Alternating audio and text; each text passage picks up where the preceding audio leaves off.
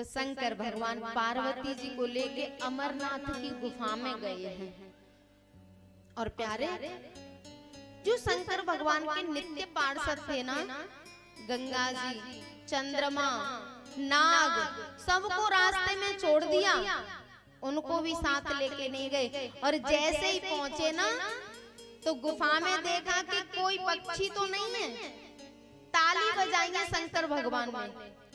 ये ताली जो हम बजवाते हैं ना, ये व्यर्थ में मनोरंजन के लिए नहीं, सच में जब हम भाव से कथा सुनते हैं और ताली बजाते हैं ना, तो संशय रूपी पक्षी भाग जाते हैं। राम कथा सुंदर करतारी, संशय विहग उड़ावन हारी। प्यारे, हम लोग तो सब किसान है ना, जब खेतों में पक्षी चुंगते हैं तो भी हम ताली बजा के भगाते हैं। और ये तो नश्वर फसल है, इसको पक्षी चुंग जाएंगे तो कोई बड़ी बात नहीं है। लेकिन जो अध्यात्म की फसल है, उसको संशय रूपी पक्षी चुंग गए तो इससे बड़ा नुकसान दुनिया में कुछ नहीं है। सज्जनों, ये ताली बजाने का रहस्य है, इससे संशय रूपी पक्षी भाग जाते हैं। स्वयं शंकर भगवान ने ताली बजाई है। जैसे ताली बजाई तो सारे पक्षी उड़ गए। एक अंडा रखा था, उसमें एक जीव था, वो उड़ नहीं सकता था। जैसे भगवान ने कथा सुनाना शुरू किया, तो वो उसमें कथा सुन रहा, अंडा फूटा और वो पक्षी बाहर निकला और वो शंकर भगवान की कथा सुनने लगा। थोड़ा बड़ा हुआ और पार्वती मैया को नींद आ गई। पार्वती मैया तो सो गई और वो पक्षी हुंकरा भरता रहा और शंकर भगवान कथा सुनाते रहे। जब कथा पूरी हुई तो शंकर भगवान ने जयकारा बोला, बोल सच्चिदानंद भगवान की। जैसे ही जयकारा बोला तो पार्वती मैया की आंखें खुली। भगवान, कथा पूरी हो गई? बोले हाँ, मुझे तो नींद आ गई थी। शंकर भगवान ने कहा, पार्वती, इतनी कीमती कथा में आपको नींद आ गई? बोले भगवान, क्या करूं, क्षमा कर दो। शंकर भगवान ने कहा, तो फिर हुंकरा कौन भर रहा था?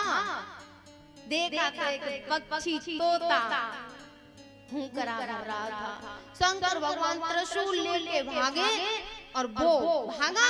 शंकर भगवान पीछे, व्यासी की पत्नी अरुणी केस सुखा रही थी छत पे खड़ी होके, वो तोता दौड़ के गया और उनके मुंह में घुस गया। अब शंकर भगवान व्यासी के दरवाजे पे बैठे त्रिशूल गाड़ के। व्यासी आए, बोले आज तो संतों के दर्शन हो गए। संत दरस जिम पातक टरहि, अयम ही परमो लाभो निर्णाम साधु समागम। इससे बड़ा कोई लाभ नहीं है कि किसी साधु का संग मिल जाए, दर्शन हो जाए। भगवान, आना कैसे हुआ? ऐसी कृपा कैसे कर दी? शंकर भगवान ने कहा, आपके घर में हमारा एक चोर छुप गया है।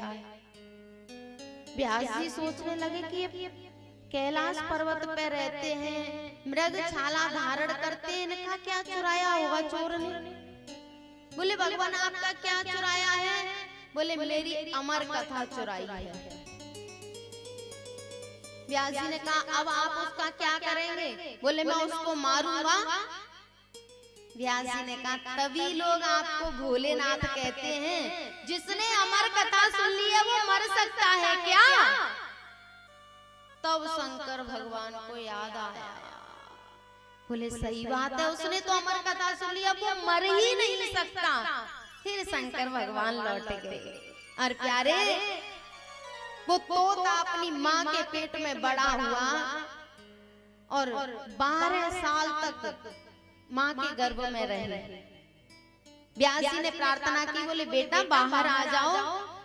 तो उन्होंने कहा कि मैं मैं जैसे ही बाहर आऊंगा तो माया मुझे लपेट लेगी। बूंद परतवा भूमि परतवा डावर पानी, जिम जीवे माया लपटानी। जैसे ही जमीन पर पानी आता है ना तो बिल्कुल निर्मल पवित्र आता है, और जमीन पर आते ही गंदा हो जाता है। वैसे ही जीव एकदम निर्मल और पवित्र होता है, लेकिन जैसे ही पृथ्वी पर आता है तो माया उसको लपेट लेती है। व्यास जी ने वचन दिया, बोले माया आपका कुछ नहीं बिगाड़ पाएगी, आपने अमर कथा सुनी, आप बाहर आ जाओ। उस तोते का जन्म हुआ, और जन्म होते ही, चूंकि वो सुख थे ना, पहले तोता थे, इसलिए उनका नाम सुखदेव हुआ। और नाल छेदन किए बिना ही नाल कंधे पे डाला और दौड़ पड़े जंगल की तरफ। व्यास जी पीछे पीछे दौड़ रहे हैं। यम प्रव्रजन्तमनुपेतमपेत कृत्यं द्वैपायनो विरह कातरया जुहाव। पुत्रेति तन्मे तया तर्वो विनेदुः तं सर्वभूत हृदयं मुनिमानतोऽस्मि। जैसे ही बालक भागा तो व्यास जी भागे, बेटा बेटा मुझे थोड़ा दर्शन तो करने दे, रुक जा। सुखदेव जी ने कहा, पिताजी मैं रुकने वाला नहीं हूँ। बोले क्यों? बोले पिताजी नरक में से निकला हूँ, अब दोबारा नरक में जाने का मन नहीं है। बोले बेटा मेरी बात तो सुन ले। तब सुखदेव जी ने कहा, पिताजी मुझे एक बात बता दो। बोले क्या?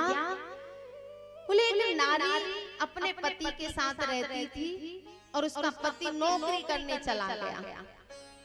नारी घर में अकेली थी और उस नारी का जार पुरुष, दूसरा कोई पुरुष उस नारी के पास आ गया। दोनों घर में थे, वो जार पुरुष और वो नारी। उसी समय उसका पति आ गया। अब उसने सोचा कि अगर दरवाजा खोल दिया तो ये इसको मार देगा, अब क्या करूं? तो उसने जो गटर होता है ना, गटर, उसका ढक्कन खोल दिया और उस जार पुरुष को उसमें घुसा दिया।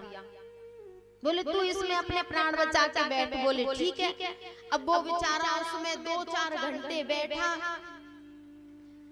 जैसे उसका पति घर से बाहर गया तो उसने वो गटर खोला और उसको निकाला। अब वो निकल के भागा। अब वो नारी उस पुरुष को बुला रही है। बोले भैया मेरी बात तो सुन ले, रुक जा थोड़ा, मेरी बात तो सुन जा। अब पिताजी आप बताओ कि क्या वो पुरुष लौट के आएगा? व्यास जी ने कहा, बेचारा 4 घंटे गटर के गड्ढे में रहा है, अब क्यों लौट के आएगा? सुखदेव जी ने कहा कि उसी गटर के गड्ढे में से 12 साल बाद निकला हूं, अब मैं भी आने वाला। माँ का पेट क्या है, और जब बालक माँ के पेट में होता है तो कैसे कैसे कष्ट रहते हैं, कितना कष्ट सहता है। सुखदेव जी ने कहा अब मैं वापस आने वाला नहीं हूँ। और सुखदेव जी जंगल में साधना करने के लिए चले गए।